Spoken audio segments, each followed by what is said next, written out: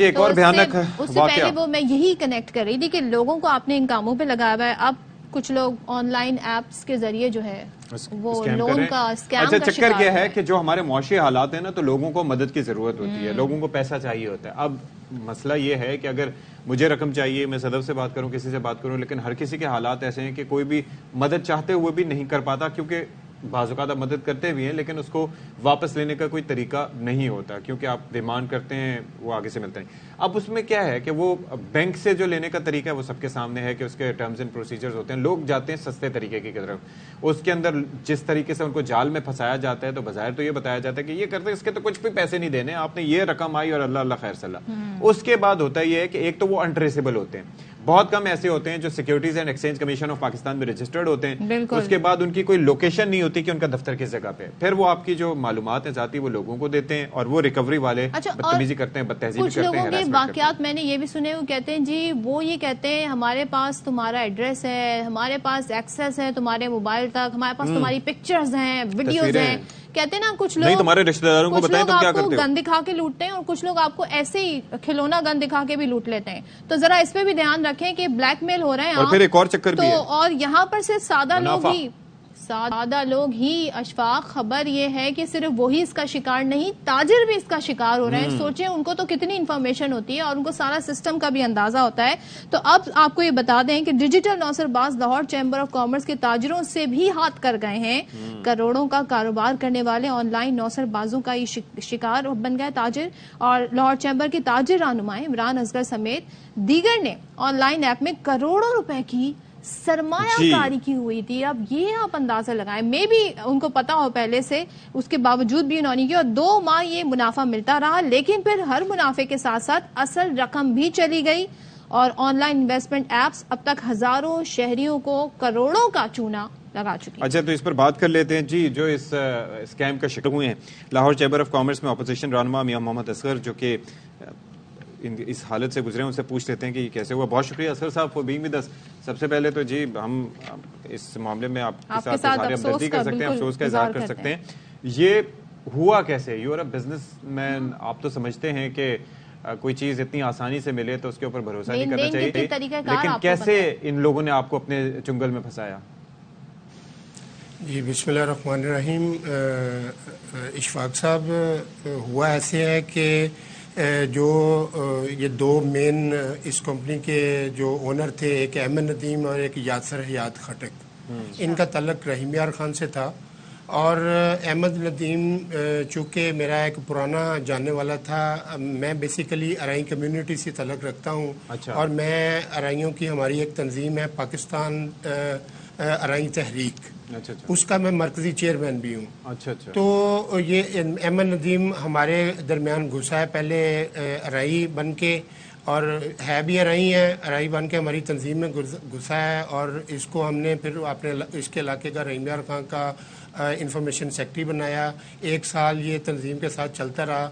پھر بار بار جب بھی لاہور میٹنگ کے لیے اس کا آنا ہوتا تھا تو مجھے کہتا تھا کہ جی یہ ایک آن لائن ٹریڈنگ کمپنی ہے, میں نے اسے جوائن کیا ہے, اور آپ اس کے ساتھ جو ہے نا انویسٹمنٹ کریں, ملکی حالات بھی اس طرح کے ہیں تو انشاءاللہ آپ کا جو ہے نا وہ کچن چلتا رہے گا. میں نے بار بار اس کو کہا کہ یار یہ فراڈ ہے, فراڈ ہوتا ہے. یعنی کہ پہلے اس شخص نے آپ کا ٹرسٹ جیتا, آپ کا کانفیڈنس جیتا, جب آپ اس پہ ٹرسٹ کرنے لگے تو اس نے کہا کہ ایک ایپ ہے جس کے تھرو آپ سرمایہ کاری کر سکتے ہیں, ایسے ہی ہوا؟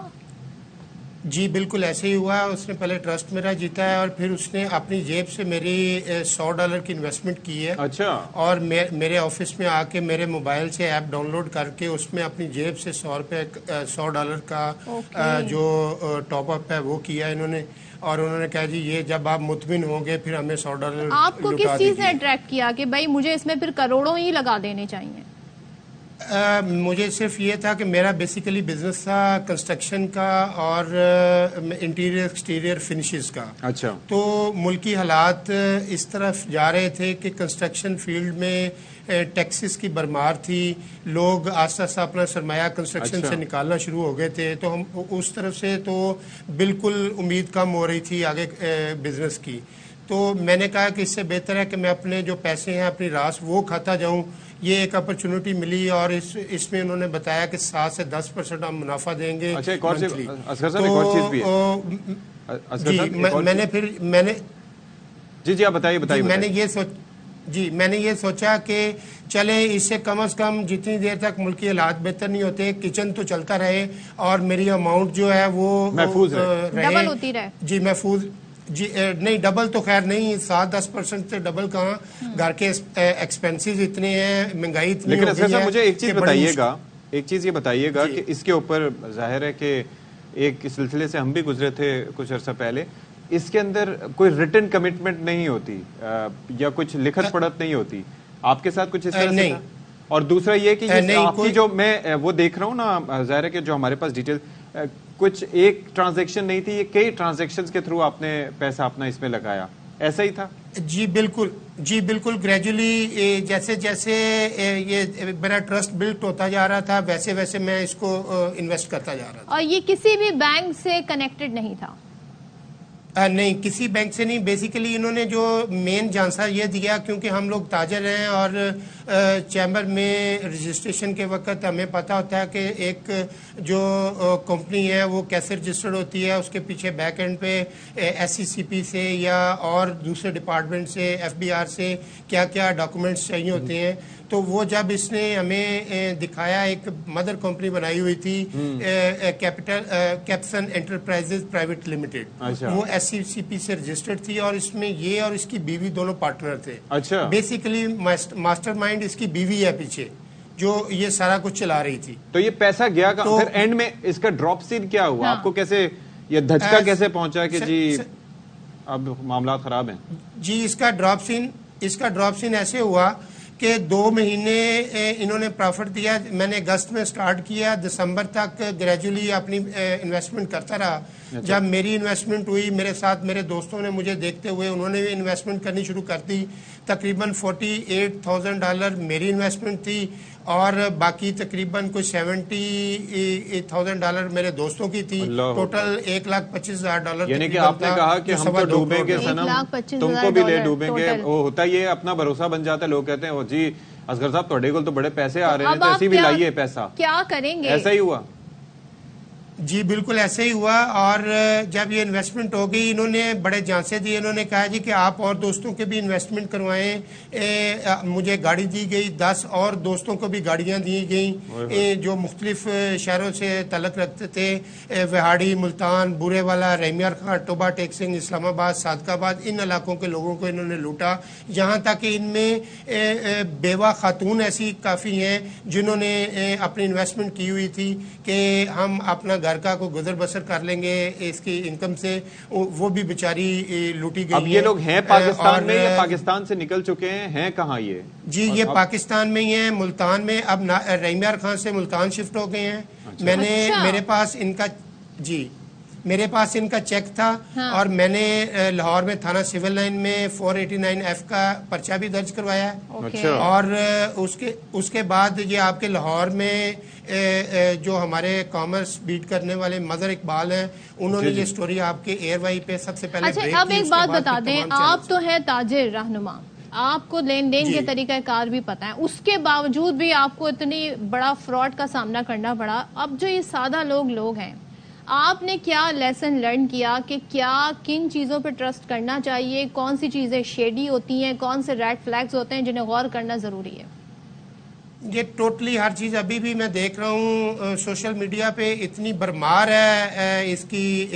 روز کوئی نہ کوئی نئی ایپ, نئے کوئی کمپنی آ رہی ہے, اتنے % پروفٹ, ڈیلی اتنا کما لیں, اتنا کما لیں, لیکن یہ سب فراڈ ہے. میری تمام لوگوں سے گزارش ہے کہ خدا را بچیں. ہم لوگ تو پھنس گئے ہیں. آج کل پیسہ کمانا مہنگائی کے اس دور میں بہت مشکل ہے. اور ان لوگوں کا حصہ نہ بنے, کیونکہ ہم لوگ اس وجہ سے اس چیز کا حصہ بنے ہیں کہ حالات جو ملکی حالات چل رہے ہیں, لوگوں کو یہی ہوتا ہے کہ کسی نہ کسی طرف سے گھر کا چولہا چل جائے اور وہ پھر اس طرح دلدل میں پھنستے جاتے ہیں. میں نے لاہور میں جو چیز ڈائریکٹلی کسی بھی بینک سے کنیکٹڈ نہیں ہے, خاص طور پہ پیسوں سے متعلقہ ایپ, اس پہ تو کبھی بھی ٹرسٹ نہ کریں. اور آپ جیسے کاروباری بندے کو جب لوگ اس طرح لگا سکتے ہیں چونا تو پھر باقی لیکن لوگوں کا اس کے کیا اندر یہ تھینک یو سو مچ میاں محمد اصغر صاحب، آئی ایم شیور، مجھے دعا ہے کہ آپ کے پیسے جو ہے کور ہوں اور یہ نوسرباز پکڑے جائیں. لیکن میری والدہ نے بہت عرصہ پہلے ایک چیز کہی تھی کہ اس دنیا میں مفت میں کوئی کسی کو دھکا بھی نہیں دیتا، There are no اور جو free lunches. آسانی سے جو رقم آئے تو اس پہ کبھی بھروسہ نہیں کرنا چاہیے. تو یہ محتاط رہنے کی چیزیں ہیں جی. بڑی مشکل سے پیسہ کمایا جاتا ہے، جو لوگ کام کرتے ہیں محنت کرتے ہیں ان کو اس بات کا اندازہ ہے، اور لٹنے میں فوراً لٹ جاتے ہیں. تو بی ویری کیئرفل. اور کوئی بہت زیادہ آپ کے ساتھ میٹھا بن رہا ہو تو اس پہ بالکل بھروسہ نہ کریں. ایسے سبز باغ دکھائے، سہانے خواب دکھائے، اس پہ تو سب سے پہلے ٹرسٹ نہ کریں. $100 اس نے جمع کرائے تھے اصغر صاحب، آپ کو کہنا چاہیے تھینک یو سو مچ. رکھیں بہت شکریہ.